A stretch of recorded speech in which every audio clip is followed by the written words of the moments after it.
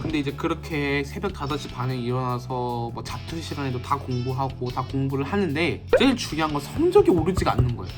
그러니까 이제 왜 그런지 계속 그런 생각을 했어요. 내가 공부 시간이 부족한 건가? 노력이 부족한 건가? 그래서 성적이 안 오르나? 이런 생각을 많이 했었어요. 이제 그렇게 하니까 스트레스도 엄청 많이 받고 그러다 보니까 이제 몸도 엄청 아프기 시작하고 고등학교 이제 2학년이 되니까 체력도 그렇게 안 되는 거예요. 유지하기가 너무 힘들고 나태해지기 시작하고 그리고 아무도 내 노력을 알아주지도 않고 나만 알아주는 거죠. 내 노력은 애들은 또 다 비웃고 네가 뭔 서울대냐 하면서. 근데 그렇게 고등학교 2학년 때 이제 겨울 방학 때 슬럼프가 엄청 온 거예요. 엄청 우울하더라고요. 그때 하루 종일 진짜 방에 불 끄고 어떻게든 공부하려고 하는데도 너무 안 되는 거예요. 그러니까 막 책상에서 울고 막 책상에 머리 박고 진짜 심지어는 책 다 갖다 버리기도 했어요. 물론 다시 가져오긴 했는데. 그리고 공부하면서 엄청 울었어요. 공부하는데 갑자기 내 노트 필기하고 있는데 눈에서 눈물 뚝뚝뚝 떨어지는 거예요. 그러니까 막 잉크가 다 젖어요. 볼펜이다 보니까. 또 막 옷을 이렇게 하면서 울지마 하면서 막 눈물 계속 뚝뚝뚝 떨어지고 막 울면서 공부하고. 그러니까 이게 이제 고등학교 2학년 때 이제 그렇게 힘드니까 이제 또 중요한 거 깨달은 게 된 게 뭐냐면 시간을 집중하는 게 아니라 공부 방법을 집중해야겠다라는 걸 이제 그때 처음 깨닫게 됐어요. 이제 그렇게 해서 이제 뭘 깨닫게 됐냐면 이게 장거리구나. 어쨌든 남은 시간은 또 2년이잖아요. 그때 고등학교 2학년 겨울방학이었으니까 어쨌든 거의 2년이라는 시간이 남았으니까 어쨌든 긴 시간이잖아요. 그러니까 이제 장거리 마라톤을 보면은 처음부터 엄청 빠르게 다니지 않아요. 계속 포커스를 유지하면서 꾸준히 달리다가 내가 스피드를 낼 땐 스피드를 내고 그리고 천천히 달릴 때 천천히 달리다가 대신 멈추지 않는 거죠. 꾸준히 달리다가 또 그 선이 보이면 또 미친 듯이 달려가지고 질주해서 이기는 게 결국 끝까지 포기하지 않고 달리는 게 우승이잖아요. 이제 그걸 통해서 노력의 엔진이라는 걸 깨닫게 된 것 같아요. 내가 이거를 노력은 쉽게 꺼지고 다시 키려면은 굉장히 어렵다라는 걸 깨달았어요. 그러니까 이 노력을 내가 계속 유지하다가 부스터 그러니까 엄청 쓸 때는 내가 엄청 쓰고 그리고 잠시 내려놓을 때는 조금 내려놔서 유지하다가 또 올렸다가 또 내려쓰고 이게 굉장히 중요하다는 걸 깨달았죠. 그리고 두 번째는 뭐였냐면 계획적인 휴식이 꼭 필요하다는 걸 깨달았어요. 지치지 않고 꾸준히 가기 위해서는. 그래서 제가 어떻게 휴식을 취해줬냐면 토요일날 제가 이제 성당을 가요. 성당을 7시에 가는데 6시까지는 오후 6시까지 꼭 공부를 하고 성당을 간 다음에 성당 갔다 오면 한 8시 반쯤 되거든요. 그럼 오후 8시 반부터 다음날 일요일 오후 1시까지는 무조건 쉬어줬습니다. 공부 아예 안 하고. 이제 그렇게 휴식을 하니까 휴식이 너무 꿀 같은 거예요. 그래서 그런 휴식을 더 꿀 같은 휴식을 맛보기 위해서 더 열심히 공부하게 되고, 왜냐하면 공부를 대충 하고 휴식을 취하면 너무 죄책감이 오더라고요. 그래서 더 휴식을 더 꿀같이 하기 위해서 더 열심히 공부하게 되는 그런 중요한 원동력이 되었고, 그 시간 이외에는 휴식을 해주지 않았어요. 그러니까 그 시간에는 꼭 규칙적인 휴식을 취해줬던 거죠. 쉴 땐 꼭 쉬고. 근데 만약에 이제 공부를 대충 하거나 그러면 휴식 시간에도 공부를 했어요. 그건 당연한 거고. 그러니까 꼭 열심히 하고 나서 꼭 규칙적으로 휴식을 취해줬던 거죠. 그 다음에 이것도 중요했던 게 뭐냐면 시간에 집중하지 않는 거. 공부 시간에 이제 습관이 됐고 시간에 집중을 하니까 오늘 뭘 공부했는지 남는 게 없더라고요. 별로 지금 돌이켜보면. 그래서 고등학교 2학년 때부터 어떻게 했냐면 계획에 더 집중을 했어요. 오늘 공부할 게 뭔지 그 공부에 더 집중을 하고 하루를 게임처럼 지냈던 거죠. 이 공부할 리스트를 딱딱딱 정해서 오늘 안에 무조건 이런 것들을 끝낸다. 12시 전까지. 그러니까 게임처럼 생각을 해서 미션 완료한다 이런 느낌으로 엄청나게 집중을 했습니다. 그리고 세 번째는 뭐냐면 고등학교 2학년 때부터 꼭 7시간씩 자줬어요. 새벽 5시에 일어나는 게 아니라 무조건 오전 7시까지는 푹 잤습니다. 진짜로.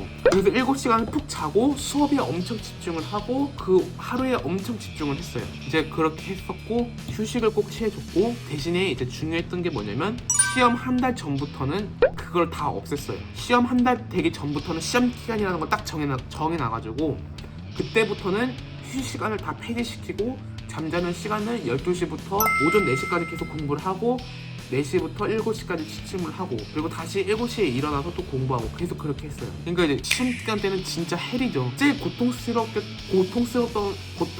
게 뭐냐면 제가 카페인을 마시면 설사를 해요. 제가 장이 엄청 약하거든요. 그러니까 카페인을 못 마시고 밤에 샜어야 됐어요. 진짜 고통스러워요. 그러니까 안 자려고 12시부터는 계속 일어서서 공부하고, 이건 너무 단연했던 것 같아요. 연필로 뭐 이건 너무 단연했던 거고, 그러니까 손등에 점점점 피딱지가 엄청 생겼어요. 그다음에 껌도 계속 씹고. 근데 그래도 너무 힘들더라고요. 그리고 밖에 나가서 공부를 했어요. 졸리니까. 그래서 막 편의점 나가 새벽 늦게까지, 저희는 이제 프랜차이즈는 24시간이 없었으니까 24시간 하는 곳이 편의점밖에 없더라고요. 그래서 편의점 가서 공부도 했고. 그래서 항상 엄마가 엄청 말렸어요. 시험 기간만 되면은 사비나 자라, 너 공부할 얼굴이 아니다, 너 죽을 것 같다 곧 있으면, 이러면서 엄마가 한 번은 진짜 공부하러 못 나게 엄마가 계속 말렸어요. 이러면서 진짜 출입문 이렇게 막으면서 사비나 나가지 마, 진짜 너 공부하면 안 돼, 여기 오늘 진짜 너 공부할 얼굴이 아니야 하면서, 제가 엄마 미안해, 나 공부 안 하면 나 오늘 못 자요, 진짜 미안해요, 나 이거 무조건 해야 돼 하면서 엄마 말리면서 제가 공부하러 나가고. 그럼 또 문자가 엄청 와요. 사비나 엄마 먼저 잔다, 엄마 이제 못 기다리겠다 하면서 막 방에 불 켜놓고. 그때 이제 엄청 힘들었죠.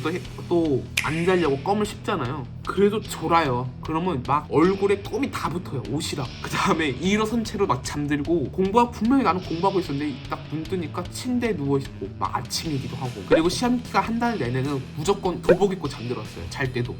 왜냐면 이제 일어나서 옷 입을 정신이 없으니까 일어나서 그냥 바로 양치만 하고 학교 가서 또 공부할 수 있도록 교복 입고 잠들었고. 그리고 책상 밑에서 잤어요.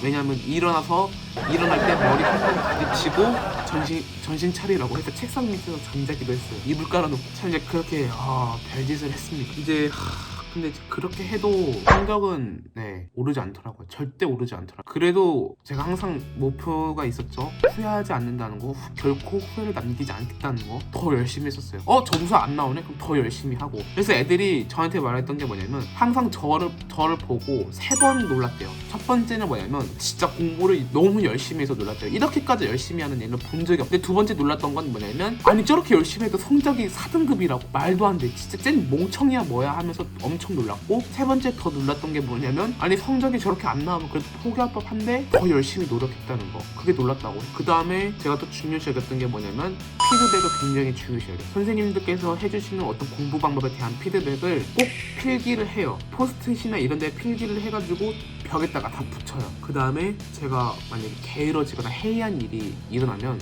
내가 왜 게을러졌고 어디서 해이해졌는지 분석을 하고, 분석이 된 원인을 다 없애요. 그래서 제가 핸드폰을 부셨어요. 그냥 컵에다가 물 따라서 핸드폰이 방해되는 거 아니고 제가 핸드폰을 버리고 폴더폴을 썼습니다. 그리고 또 뭐냐면, 공부에 대한 좋은 방법들이 생겨나면 또 필기를 해가지고 벽에다 붙이고 해서 항상 그걸 필기하고 암기하는 습관이 생겼어요.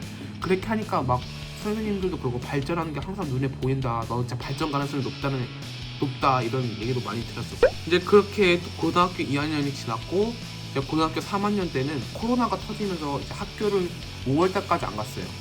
그러니까 이제 얼마나 저한테 좋았던 건 뭐냐면, 공부할 시간이 많이 늘어났다는 거예요. 그래서 고등학교 3학년 때는 공부를 더 많이 할 수 있게 되었죠. 집에 있는 시간이 많아지다 보니까.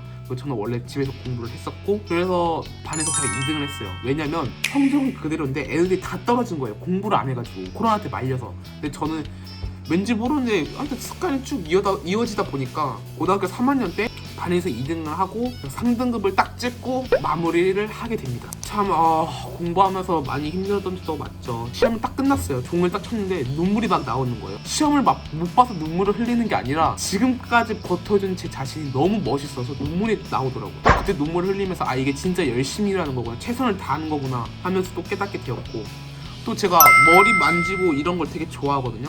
그러니까 삭발을 했어요. 제가 중학교 3학년 때부터 공부를 하면서 삭발을 하고 많이 울고 많이 진짜 아팠죠, 공부하면서.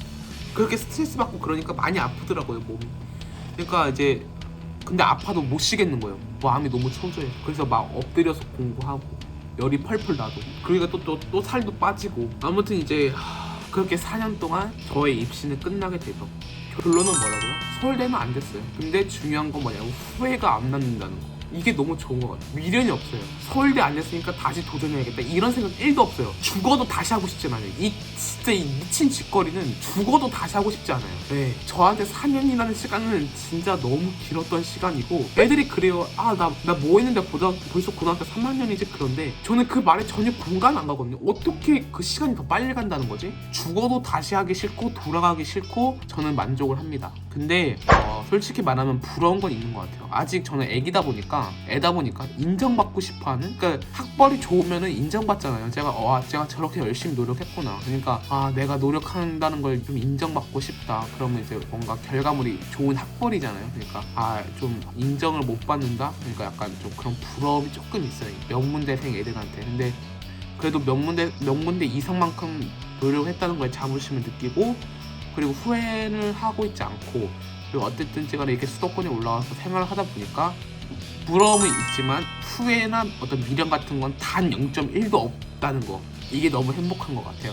그래서 공부한다는 걸, 공부하기 시작했던 걸 너무 자랑스럽게 여기고, 네, 너무 좋습니다. 고등학교 3학년이 되고 이제 입시가 왔는데, 솔직히 이제 제가 성적이 4등급 초반대였어요. 그러니까 수도권 대학도 늘 성적이 안 된 거죠. 그래서 이제 지방대를 썼습니다.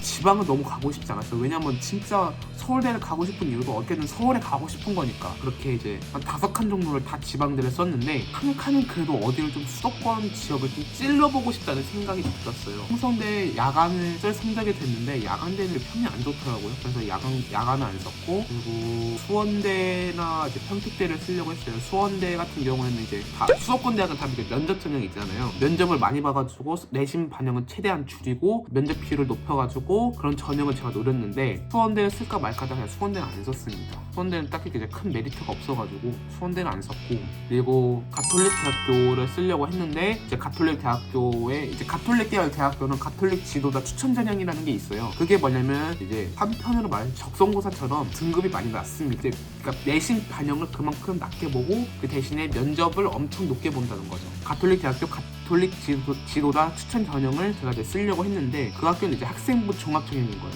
근데 저는 학종에 뭐 스펙이 없다 보니까 학종을 밀려요 저는.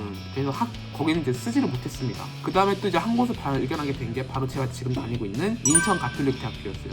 인천 가톨릭 대학교는 이제 여기도 이제 똑같이 가톨릭 지도자 추천 전형이 있는데, 여기는 교과 전형이고 면접을 40%를 반영하는 거였어요. 왜냐면 일반 전형은 절대 못 썼어요. 왜냐면 일반 전형은 3.09였거든요. 제가 이렇게 입시했을 때 저희 학과 등급이 평균이 3.09였는데 1등급 차이가 나니까 절대 못 넣었죠. 과산이었어요. 그래서 가톨릭 지도자 추천 전형은 4.01이더라고요. 그래도 소신이었나 상향이었어요. 그래도 일단 넣어보자. 다 지방대만 쓸 수는 없다 해가지고 수도권에 여기를 하나를 딱 지원하게 됩니다.